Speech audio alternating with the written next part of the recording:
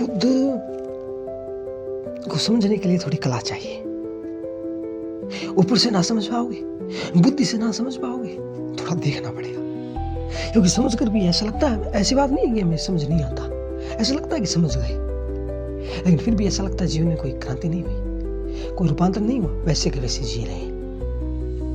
अगर वैसे के वैसे जी रहे हैं, जीवन में कोई रूपांतर नहीं हुआ, कोई विकसित नहीं हुए, थोड़ी शांति नहीं बढ़ी, थोड़ा आनंद नहीं बढ़ा, तो समझ लेना ये समझना भ्रांति है। समझे नहीं, सिर्फ बुद्धि को समझ आ गया। किसी की तरह अच्छे लग जाते हैं, समझ लेते हैं थोड़ी देर, तो फिर क्या हुआ कि हम समझ गए हैं लेकिन फिर भी समझ नहीं पाए, क्योंकि सुकरात का एक वचन ज्ञान चरित्र है। समझ गए तो चरित्र अपने आप बन जाएगा, बनाने की जरूरत नहीं पड़ेगी। जैसे मैं आग में हाथ डालता हूँ और जलता है, अगर मैं समझ गया कि आग में हाथ डालने से जलता है तो मैं बार बार नहीं डालूंगा। अगर बार बार डालता हूँ तो इसका मतलब मैं समझा नहीं, अभी पीड़ा नहीं हुई। समझने का मतलब ही ये हुआ